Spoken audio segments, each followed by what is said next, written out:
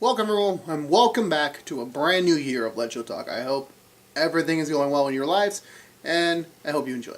So as many of you know, Let's Show Talk, we're about to begin our third year. I'm excited. And for the premier topic for the year and for the whole season, I want to talk something very, very serious with you because it's a conversation we're having about, and I believe that I could at least offer my 2 cents into a thing. Like, of course, obviously, when you read this title, obviously, am I delving into this for the show? No, not at all. I'll jump back in and out. I just don't feel like I have much to contribute. I just want to give my 2 cents of this entire thing. So pretty much the topic is, can America and the world bounce back? Now, what I mean is that, of course, we're in 2019. A lot has happened already.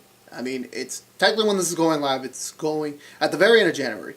So a full month has passed in January in 2019, and a lot has happened here in America, already happening in the world. So here, I'm an American. I live in America, just to kind of get that out of the way.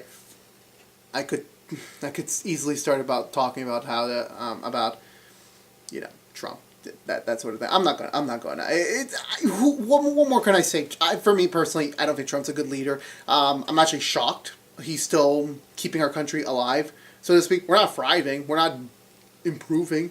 In fact, with everything that happened with the shutdown and with the imminent possibility of another shutdown, I don't know what happened between now until when this is being posted. So anything could happen. Literally, a lot of things can happen. I'm hoping that everything's fine. The wall's a stupid idea, but anyway. So what I want to talk about really is the world itself. We here in America, we have financial trouble. In the world, we have environmental problems. Generally, we're just fighting a lot, and with, of course, obviously with the aspects of gun control, and I'll get to that separately. These are just what kind of the main points I want to get to as I'm beginning this episode. Before I continue, obviously, it is important to say I am not a political person. I am really not. I don't even know what party I'm in. I prefer Democrats. I don't know why. I could probably ask someone I know, maybe Luke when I meet him again, what I am in terms of political party. I just don't follow names. So I'm not a political person. This isn't meant to start a political argument or anything. I don't care about that. I respect them. I just don't personally care. It's not my world. My world's in video games. My world's in movies. My world's in TV. That's where my world is. My world is in politics. Anyway, with that being said, and obviously the minor Trump insults all the way. What I want to start about really is, of course, the aspect of gun control and what has happened. As we've been, 2018 kind of a very downer year in that whole subject, and even before that. It seems like I noticed on Wikipedia and a couple of sources that I looked up before when I was scripting this episode, or at least structuring this episode up, is that I did notice that there was a lot of school shootings last year. And when I say that there really is a problem. For me, personally, and I don't have kids yet, so I don't have any involvement. My sister goes to school, so obviously I do have some semblance of worrying, and I still do go to school, but I go to college, and those are never mind. The point is, it's not a big forefront because I never personally experienced it. I don't know anyone who personally experienced that as well, so I don't have a personal stake in it. But I do understand the concern of a lot of parents, of course, some of the kids who feel like this is a very pressing issue, and it is. When you put your kids in school, the point of them is for them to study and to be safe in this building for about 7 hours out of the day, and that's supposed to be a place of security. And when I went to school, elementary school, middle school, even high school, when I was younger, I'm speaking of this like I've only been out of high school for like 4 years now. I always was safe in my schools. I never felt like, obviously there was bullies, obviously there was school fight, but we never had to worry about guns or even knife violence or anything like that. We never really had to worry about that on a consistent basis. And with everything happening last year, I understand why a lot of parents are concerned and rallying for action. And then even before that, just in general, in the public space, obviously with the Vegas shooting, I think it was 2017. I'm sorry, I'm getting the dates wrong. And then the church shootings, there was 2 of them that I don't know. I feel so bad for not knowing the names. There's a lot in my mind. I just know the basics, so my apologies. So obviously we do. I personally do need we do need gun control. I don't own a gun. I don't. My dad used to own when he used to live in his in a previous country he used to live in, and moving here, my family never owned a gun. We have knives for protection. We have pepper spray. Obviously, we have those, and obviously it would be okay to own a gun just for the sense of security. And that's the point I'm trying to make here, is that we're going to fall, and this is sort of the balance that I'm going to carry on for the rest of this episode, is that for solutions, someone has to sacrifice something. And as I was researching, as I was doing the basic structure for this, I did notice the solutions I came up with, someone has to sacrifice something. And of course, everyone's going to say, I don't want to sacrifice everything, but I want the solution. And then there's going to be some very extreme people that say, no, I want what I want to do. I'm not going to cause a problem, but you have to trust me, but I still want to do what I want to do. But they're going to say it in a really nasty way. And it's obviously going to be the supportive people say, yeah, let's do that. But there's never really the right balance. I don't think they found that yet.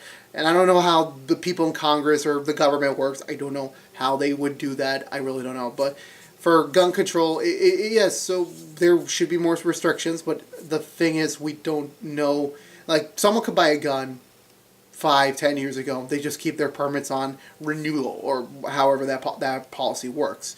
But something can happen in that life. Like, life is unpredictable, unexpected. I can speak from personal experience. Like, in my 8th grade, I was slowly becoming more depressed because a lot of bad things happened to me. I was slowly becoming a different person, but then I bounced back, obviously. But the point I'm trying to make is that a lot of stuff can happen in life, and people can change, people can crack. So it's like, you can't really, like, what the person that was applying for the permit 5 years ago it was a radically different person when to compare to today. So that's the point I'm trying to make, is that even though that I could apply for a gun today, I could be a very different person. Probably not. Knowing me, I'm using myself as a horrible example because I think I'm going to say the same, my same personality for the rest of my life. I just don't generally see. I do see the point. I do obviously see the point of putting up these barriers to make sure we're trusting the guns into the right people. I understand that. But the point I'm trying to make is that we don't know what's going to happen to these people after they get the guns. And obviously, the school shootings, these were kids and young people doing these horrible actions. They have access to it in their parents' private safe, private area, whatever. So, and that's another thing. We don't even know the children. Like, do we have to interview them, make sure? Well, clearly yes. I feel like wherever the gun goes, you got to review everyone in the house just to make sure they're fine. And I feel like what they could also do, and one of my solutions to that is, why don't you start hiring people to specifically handle that department? So it's like, we're going to hire people to take care of certain people, checking up on them, making sure they're fine, doing some investigative research, making sure like their lives are still very consistent to the point like they're not totally changed, so that they're like, okay, this is the same person. We could maybe lower the radar, but obviously we still have to keep an eye on them just in case. We never know. Again, anything can happen. Like, one night you can completely change. It takes, from what the Punisher said in Daredevil, it takes one bad day. So we don't know. Personally, but taking guns off permanently and just leaving it to the police or specific, like the government agents or authority people, that's still not going to help. Like, let's say, for me, for example, I don't know why I'm using myself for an example on this episode. Let's say someone breaks into my house and they have a gun, and my weapons are not going to do anything because like I could throw stuff, but not my dad, not my mom. Maybe they can't throw, or maybe they have horrible aim and they miss. I just want to protect my family. For me, it's protection. If I was to ever get a gun, which I have no plans to, I would use it only for protection for my family because I want to keep my family safe. And if I have to choose between my family or the people trying to break into my house, obviously I'm going to choose my family, and I'm going to do everything I can to get these people out of my house. And yes, that does mean shooting them. That's what I mean. I only care about protection. But I do understand that people who have access to these, they do change. They do have those moments like, oh, I want to show someone something, or I don't know. It's another mental psychology thing that I don't understand. What happens to people's mind? I'm not a psychologist. So for me, my solution would be for that. And again, my solution, don't take it. There's obviously going to be a problem with it somewhere. Just put more barriers on the policies, on the application to get a gun, and try and do weekly, monthly checkups. No, not weekly, monthly, just monthly or a very consistent basis, just to make sure the person who's getting this gun and anyone around them is going to be secure. And I know, like, well, why would we waste, the time for people? People need jobs. That could be jobs for them to have. And there's a lot of homeless people out there. So, and I say that horrible. And there's people who need jobs in general. So it's like creating these jobs for them could be a valuable aspect for them, a valuable benefit. And it works out. People can work, get jobs, get money, and the people who have guns can be monitored, and we can monitor for secure threats. So that's my only really solution on gun control. That's not really the best solution, but that's the one I can come up with. Now, moving on from America to the world. After seeing Aquaman, and I know, again, very weird connection point here. I watch a lot of comic book stuff. Spoilers.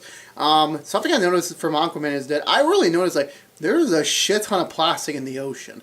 And that should be a wake-up call to some people, like, there's a lot of plastic in these oceans. These fishes and these marine lives are consuming these plastics, and they're dying. And some of the fishes we catch and eat.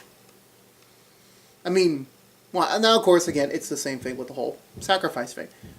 We kind of generally use plastic in our life. If we go to the supermarket, we tend to use plastic bags. Anything we drink out of it, but it's a soda bottle, a water bottle, they're all plastic. And we do recycle. But there's some people who, like, they don't care. It's like, I paid for this, I'm just going to throw it wherever I want. No, that's not how it's supposed to work.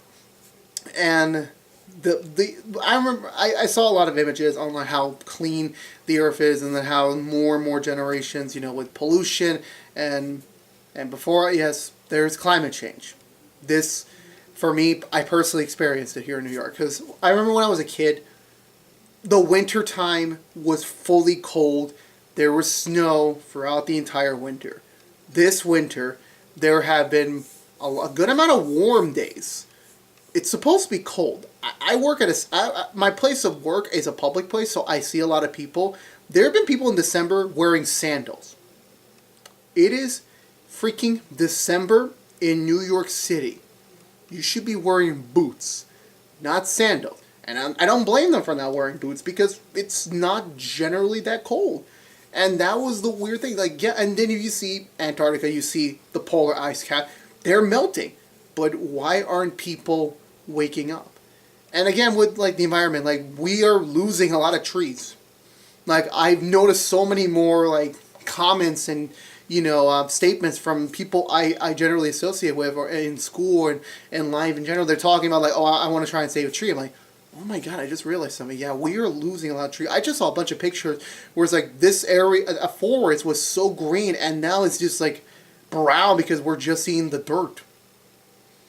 I mean, what's happening? I mean, of course, obviously, our houses, majority of them are wood-based. We use wood timber. We buy tables, chairs. We buy a lot of things generally associated with wood, and we need the trees come from that. But then I understand the purpose of replanting, these trees that aren't really trees, but they're close enough to trees, if you know what I'm talking about. My neighborhood got a bunch of them a few years ago. But I understand that, but what happens when we eventually run out of those trees? So we're going to chop off the second-hand trees, the one we planted ourselves, and then we have to plant third-hand trees and fourth-hand trees. Like, no one's wising up to the fact that we understand, yes, the people behind making these decisions, these industries, I understand that these are jobs for them. Some people, lumberjacks, get a lot of money a year to chop down trees, and that's a job. They need to pay the bills, and maybe they don't have the degree or the education to get a more professional, better, high-paying job. I understand that. I'm not saying, like, let's get rid of these industries, let's put these people out of a job. I'm not saying that. But there needs to be some sort of control. And again, to create more jobs, the ocean, even though we haven't explored a lot of it, I'm pretty sure a good amount of it now is filled with plastic. There are people out there, very innovative people, working on solutions to get these plastics off the street. And not up the street, out of the ocean, out of these bodies of water. Fund those ideas. Fund them. Give people these jobs to just collect the plastic and properly recycle them. That's simple. And yes, recycle is important. Yes, you should definitely recycle. Put them in the correct spaces so they can be reused in some varied form. But having these end up in the ocean is like, How? Why? It's like if I personally ever see someone throw something to a body, I'm gonna say something because like these people, these marine lights are doing the same. What happens if like they do something similar to us?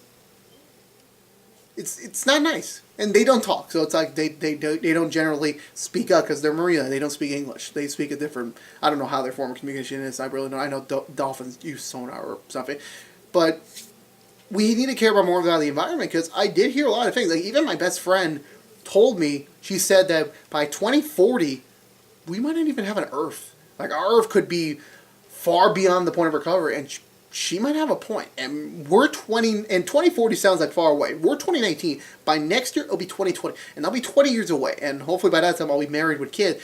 I don't want my kids to be in the middle of that shitstorm. I don't. So like, we still got time to recover. We still have time to fix that. So we should at least do something. I mean, at least care about our planet more. Because it's the one planet we got. We're not even close to getting to Mars, let alone this other Earth we found. We're not even close to getting to Mars. Just think about it. Do you really think that they're going to somehow... I mean, I'm pretty sure they're going to make some leaps in space travel, but I don't think they're going to like go all the way to this new Earth. And who knows who's on that Earth anyway. That's a whole different conversation for another episode. And for the whole entire world, we just generally need peace. We do. There's something called world peace. We need it.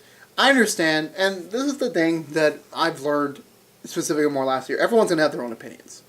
And I understand not everyone's a fan of America. We're not entirely fans of there's never a country that has 100% full support on. There's always that one place, that one town that's like, no, that's a bad place. We gotta take care of this. And it does suck. And I do understand that people's ideologies, people's ways of thinking are different. Not everyone has the same way of thinking as you and me watching this video right now. They don't.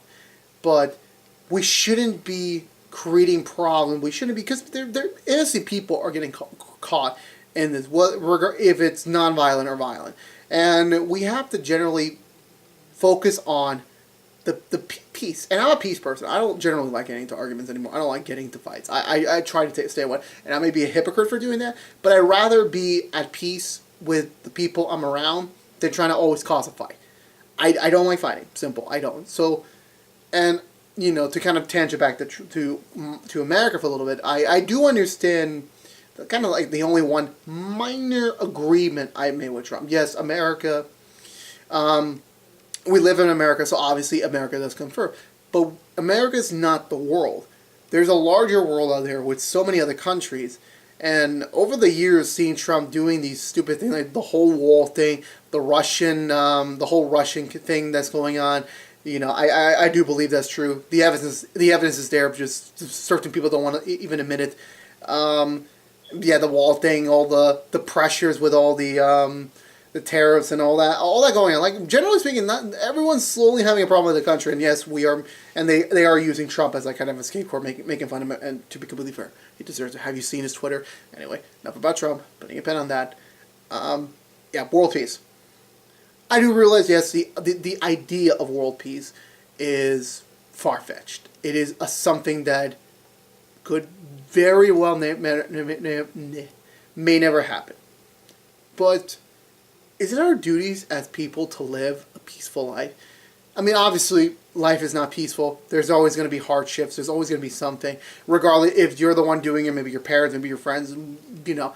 Generally speaking, the world shouldn't really be having these problems. Because when Earth was, you know, made or created or whatever, you know, it was just life as usual. So... And now we've just grown to the point where it's like we're always going to have problems. Like 2 years ago with the whole North Korea nuclear advancement thing, a lot of people got worried we were going to head to nuclear war. I wasn't worried about that because, like, even our leaders, the leaders of the world, know that going to nuclear war, we're going to kill the planet. And then it's like, someone's going to win, obviously, but they're not going to really win because, like, Earth is going to be practically vacant. How are they gonna survive, and then they're gonna die, and then it's like, finally the stubborn people will finally realize, I made a fucking mistake, what did I do? Having the realization now is like, yeah, we're not doing this, we're gonna keep the peace. That's the strides we should be making. It does include, like, right now, let's get all the problems off the table, you know, starting on the highest level, working our way down, at least trying to create some sort of society where we can have these, peaceful, this just peace. I mean, obviously, you're going to have arguments with people, but they should be friendly arguments. I understand. Again, respecting people's opinions is a thing. You shouldn't laugh at someone's face. I mean, obviously, if you're saying like Inhumans is a good show, then you and me, we're gonna have a problem. But some other things like that, like saying like Arrow's bad, or something like Trump's an idiot, or something similar to that. It's all based on an opinion basis, and we have to respect that. And you can convince them. You can speak an argument, a friendly, nice, quiet argument. But you shouldn't be yelling in their faces. You shouldn't be causing violence because of this. You shouldn't be doing anything with these people besides saying your piece. They say their piece. Maybe you talk it more. But it shouldn't lead anything more than maybe a minor escalation. That's it. That's all you can do. Because I hear a lot of things about how, some countries say, oh, we're the best, or America's the best. Again, that's all opinion based. I mean, I never lived in Europe, I never lived in Mexico, I never lived in any other country besides America. So for me, America's my home. Is it the greatest country? I can admit it's not. I'm pretty sure there's a better country out there, but I'm admitting that. But that's my opinion. You can't change it. I mean, it could be changed over time, but you can't change it. So there shouldn't really be like, again, talk about it. That's all you can do. And I think that's, in general, what we can all do. Just talk. Don't yell. Don't threaten people. Don't bribe people. Don't do that. Because, what are you going to gain out of that? Because eventually, you saw what the whole, and I'm sorry for using this comparison, that the Me Too movement, the people who did that, the people who, were the direct people causing these problems to these victims who never deserved for that to happen to them, their majority of them, if not nearly all of them, have been exposed. They're currently getting exposed, or they're living in the fear like, when is it going to happen to them? Because they did that, and they're finally starting to get their justice. So it's about damn time that everyone else starts to get justice. Because if you do something horrible, you have to pay the price. I don't care I want to win, I want to get my way. No, if you do something bad, you deserve. You deserve to go whatever, jail or whatever the highest form of consequence that in the circumstances of whatever you did. That's all I'm saying. And overall, this is our Earth. This is planet Earth. This is our home. There is we can't say the moon's our home or Mars is our home. Earth is Earth. This is our home. And there needs to start to be strives to kind of preserve that. Because I don't want to have this, I don't want to have a Legio talk in 2034 where we're like, oh my god, we're 5 years away from the end of the Earth. What are we going to do? It's like, I don't want to have that. I want to hopefully raise my kids, when I do have them, to look at Earth like, this is a very beautiful place to live. And thankfully, we're hopefully going to rise up. My generation, or the generations close enough to me, we're going to start realizing these problems, and we're going to make the changes. Because, corporates have to understand, making money is fine. But the number one priority as a company you should make is to preserve the environment you're selling in. And if there's no physical environment to sell in, you can make money.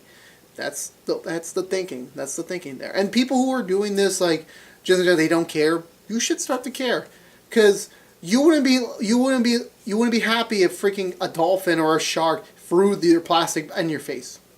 You wouldn't be happy, so don't do it to them. Simple. So the point I'm trying to make is that we should all make some sort of minor every effort count, like the whole voting thing. Like I said, every step counts, and we should all make some strides. I'm going to try and make some stride. I will. I personally swear. And yeah, I guess that wraps it up for today. So thank you guys so much for watching. Please subscribe if you haven't. Ring the bell. Like this video. Share the video. Favorite this video if you want to. Just in general, don't do anything sexually explicit with this video. And I will see you guys next week.